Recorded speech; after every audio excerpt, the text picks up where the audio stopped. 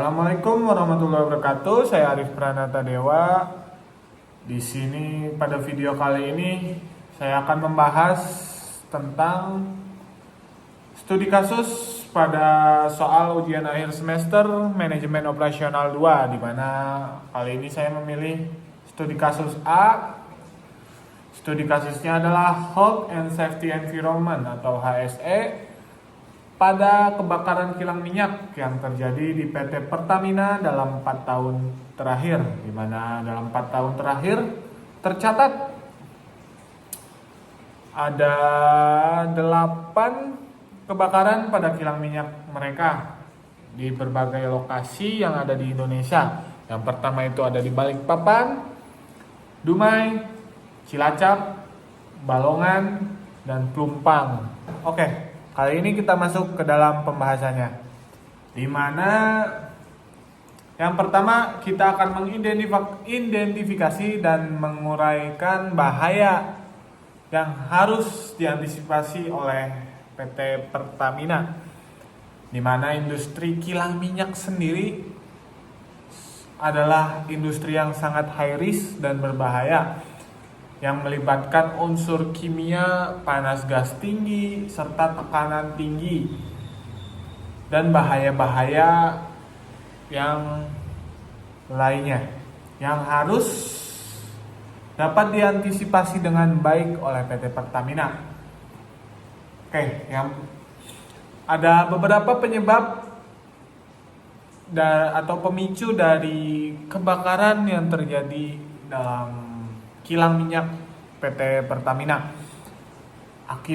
Kemungkinan akibat yang pertama itu bisa terjadi karena akibat kebocoran gas, uap bahan bakar, atau tumpahan bahan bakar, yang dimana bahan bakar sendiri sangat mudah terbakar dengan beberapa sumber pemicu, yaitu ada percikan listrik, peralatan panas, maupun reaksi kimia. Nah, kemudian selain itu ada juga bahaya dari paparan zat kimia berbahaya, di mana paparan seperti gas benzena, gas H2S, atau uap hidrokarbon yang bersifat toksik dan karsinogenik. Ini sangat berbahaya jika terjadi kerusakan dan kebocoran, bahkan hingga terjadi ledakan. Ini akan merusak selain lingkungan, juga berbahaya bagi manusia. Kemudian ada bahaya dari tekanan yang tinggi.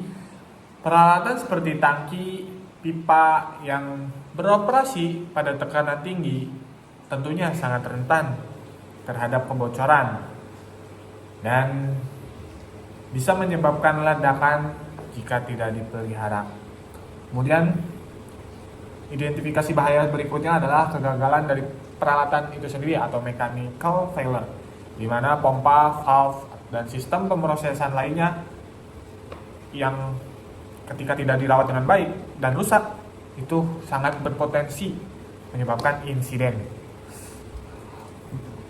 Pemicu bahaya berikutnya adalah bahaya dari lingkungan, di mana tumpahan minyak atau bahan bakar kimia dapat mencemari tanah, air, serta pastinya berdampak kepada masyarakat.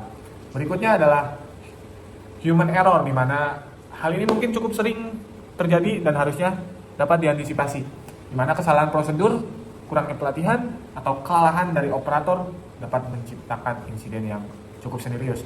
Berikutnya adalah kita masuk ke bagian kedua, yaitu tentang tata cara pengendalian bahaya, di mana atau hierarki pengendalian bahaya, di mana berdasarkan hierarki pengendalian bahaya atau hierarchy of controls, langkah-langkah pengendalian yang bisa dilakukan adalah yang pertama, eliminasi, menghilangkan bahaya atau proses yang sangat berbahaya jika memungkinkan untuk dihilangkan. Kemudian yang kedua ada substitusi, di mana mengganti bahan atau proses dengan yang resikonya jauh lebih rendah.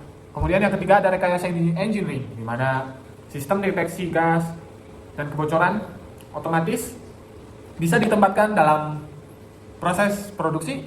Kemudian ada sistem kebakaran otomatis, pemisahan area kerja dengan area penyimpanan bahan bakar, perawatan tentunya perawatan berkala dan alat inspeksi rutin. Hal-hal tersebut dapat dilakukan dalam sistem produksi agar menghindari terjadinya insiden yang serius.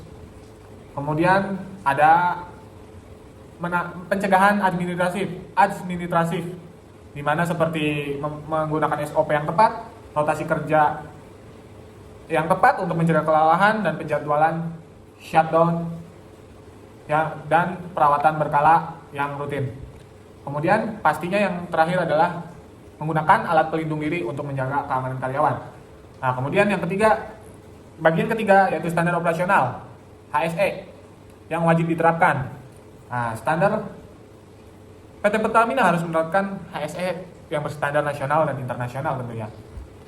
Nah, seperti standar nasional seperti yang ada di undang-undang kita tentang sistem manajemen K3, tentang kemudian ada peraturan Menteri SDM nomor 38 tahun 2017 tentang manajemen keselamatan migas dan peraturan lingkungan hidup. Kemudian standar internasional seperti ISO, NFPA, EPI standar dan lain sebagainya. Dan tentunya harus berizin jelas. Mungkin sekian pemaparan tentang kebakaran, studi kasus bagian A tentang kebakaran kilang minyak pada PT Pertamina. Dapat disimpulkan kebakaran kilang bukan hanya masalah teknis, tapi juga menyangkut kepatuhan, pelatihan, keselamatan dan pemeliharaan sistem. PT Pertamina sebagai perusahaan BUMN energi wajib menjalankan sistem HSE yang terstruktur, modern dan disiplin untuk melindungi pekerjanya.